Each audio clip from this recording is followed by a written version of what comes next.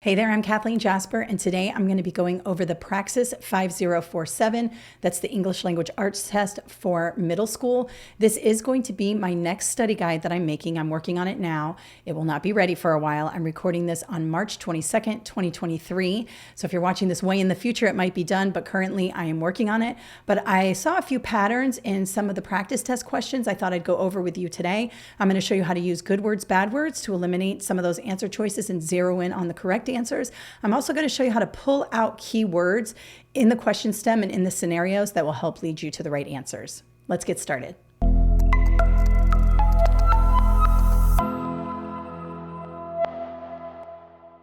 All right, so I am using the questions from the ETS Praxis 5047 Study Companion. So these are not my questions. These are the ETS questions. So I want to make sure you know that. And you know that I'm going to work backwards and I'm going to try to find keywords in the answer choices to eliminate first and try to zero in on the correct answer choice. So let's start with the answer choices first. A, having students memorize a list of words and definitions every week. Well, I know that many of us grew up doing vocabulary exercises this way, but memorizing lists of words and definitions, that's usually bad language on this test. We want to engage more with the vocab, and memorizing definitions and words is not the way to do that, so I'm crossing out A. B, introducing students to words in context, good word when we're talking about vocabulary instruction, through the use of engaging literature. Oh, another set of good words here. So I really like B. I'm going to keep it. Let's move on. C, introducing students to new words they will encounter at the start of each unit. Well, this one's pretty good. I would call this maybe the distractor, the one that's almost the right answer, but it's good to introduce new words they will encounter at the start of each unit, but what does that really do for them? We don't really have enough information here. I don't like C as much as I like B. And D, assigning students a partner who can tell them the definition of unknown words. This is kind of a ridiculous exercise. Why would we do that? That doesn't make sense. The correct answer is most likely B. Let's read the question here. Which of the following approaches is most effective in supporting vocabulary development for English language learners? Well, this supports vocabulary development for all learners, but especially English language learners, because when we use language in context, it helps us understand it better. And of course, it doesn't hurt to use engaging literature. So B is the correct answer. I also want to show you something else. Now, if we go to the language use and vocabulary section, which is where this particular test question is coming from, it is a vocab question. Look at all the ways in which context is used. So we have it here. You will need to draw upon the skills and determine words' meaning through use of suffixes, affixes, syntax, and context clues. Then if we scroll down a little bit more, you can see down here, understands the use of context, uses context clues to determine word meaning. So the term in context or context is going to be a good word on the test. And so if you see it in an answer choice, it's most likely your right answer.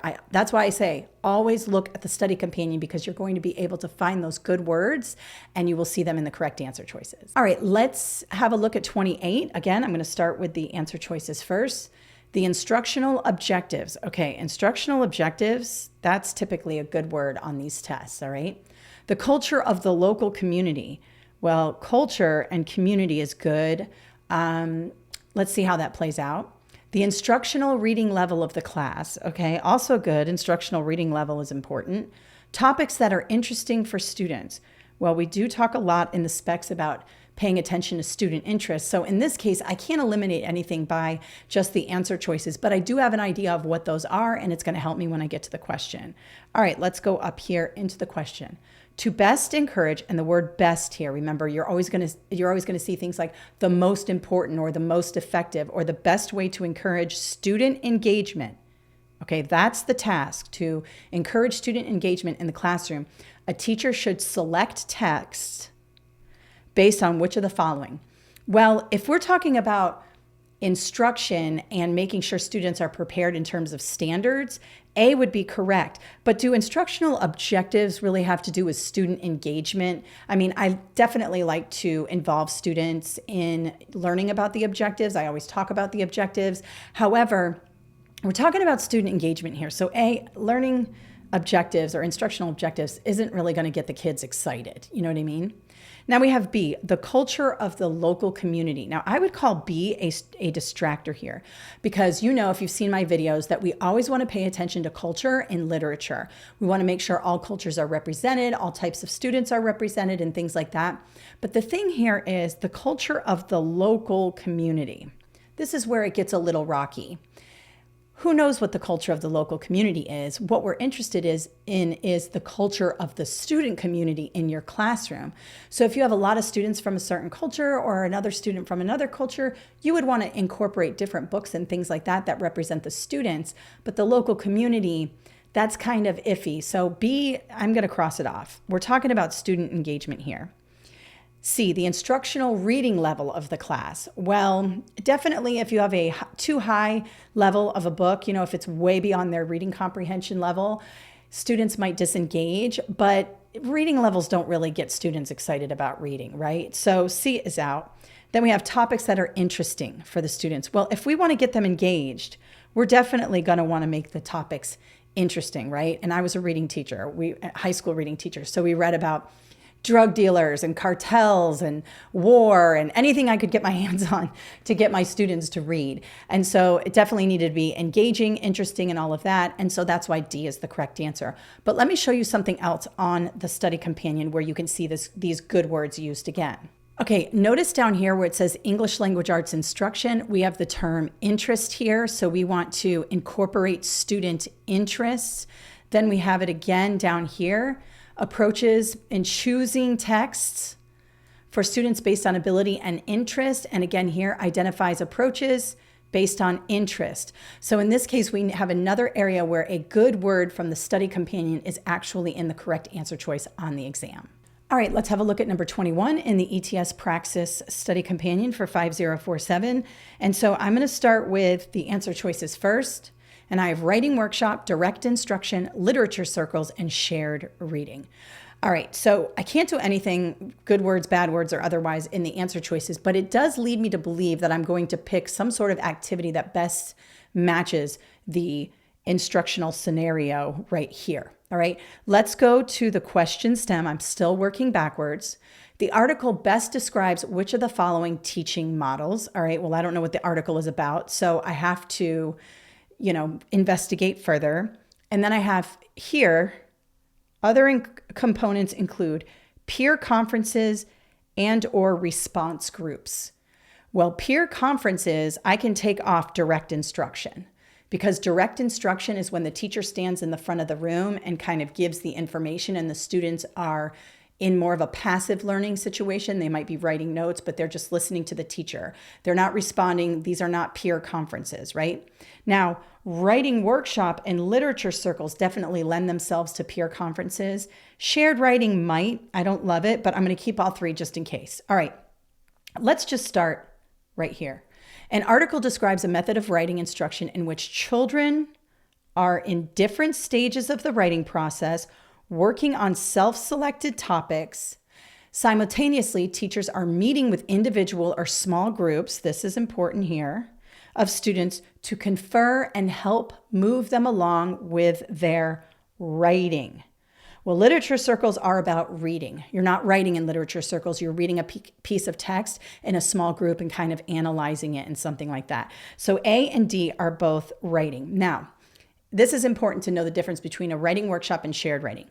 A writing workshop is where I'm working on my own piece, and then I might give that piece of writing to another student or to the group in which I'm having the writing workshop with. And then they would give me some feedback and things like that. A writing workshop could also include a teacher. So it could be a small group of students, and then we present our work to the teacher. The teacher gives some feedback, gives it back to us, and we write and do what we need to do. So this particular scenario here is leading me to writing workshop. Now, shared writing, you may think, well, this is kind of shared writing. Shared writing is when the teacher and the students together write a piece. In this case, children are working on their own self-selected topics. If we were doing a shared writing activity, I would have the topic on the board already selected, and we would write, a paragraph together about that topic. And that's why shared writing would be out, leaving A the correct answer. So it's important you understand these instructional techniques, these different models, and it also helps to pull out the important words in the question, because they're always going to lead you to the right answer, okay? So even if I didn't know what shared writing was, I had it down to 50-50, either A or D. And the writing workshop, we're in different stages of the writing process, and we're working on self-selected topics. So that would lead me more to writing workshop. And finally, number 22, again, looking at the answer choices briefly, I can see that we have 4 different types of activities. We have an anticipation guide, reciprocal teaching, shared reading, and think, pair, share. Now, you may not know what these particular things are, but an anticipation guide is when students use it to predict what they think might happen in the story. So think anticipation, prediction. Reciprocal teaching is when students teach the lesson, either in small or large groups. So the teacher kind of trains the students what to do, and then the students take over the job of teaching. Shared reading is just that. You might be with a partner or a small group, and you might be sharing in the reading process. It can also be done with a teacher. So maybe the teacher reads something, the students might echo it back. It's also called echo reading, but it is a type of shared reading. We may be just taking turns reading. That's what sharing is. And think, pair, share is a 3-part process. We think about it. Maybe it's a topic, maybe it's something that happened in the story. We pair up with our partner or partners, and we discuss it, and then we share out to the class. And it can be done in a variety of ways, but there are 3 processes to that particular strategy, okay? So let's go here. During the activity, the students are using which of the following instructional activities? Okay, still can't narrow it down there. Let's go ahead and read the question stem. Teachers ask students to predict the outcome of the story. Okay, so that leads me with anticipation guide, sort of, but I need to keep reading. Make sure you read the whole thing. After students consider their predictions silently for 1 minute, sounds to me like they're thinking about their predictions, they tell them to a partner. So they partner up. Well, there we have the pair. Then some students volunteer to describe or to share their predictions with the class. Then we have the share. So think, pair, share is the answer there. Be careful. If you're moving quickly, you might see this word predict and go straight for the anticipation guide. But in this case, it's not, because we are thinking, we're pairing up, and we're sharing. It goes beyond just using an anticipation guide. Of course, this is not reciprocal teaching. The students are not teaching the lesson, and this is not shared reading. The best answer here is D, think, pair, share. All right, so I hope that helped you today. There are so many different types of questions on this test, and I am analyzing the specs very carefully as I build the study guide. I will have more information on that very soon, but I promise I am working on my middle school programs. So if you're watching this in the future, I might have them already, but if you're watching this now, around March 2023, I promise you I am working diligently on those particular study guides. I hope you found this helpful and that you can use it when you take your own exam. Remember, these methods work on all types of exams. So yes, we talked about the English 5047, but you can do this on the social studies test. You can do this on the reading exams. You can do this on the elementary exams. Make sure you're really analyzing those answer choices, pinpointing good and bad words, and then using the question and the question stem to lead you to that correct answer. All right, I hope you have a wonderful day. Don't forget to subscribe. And I'm also on TikTok where I do shorter videos. If you like those, you can find me there at Kathleen Jasper. And I hope you have a wonderful day. Bye.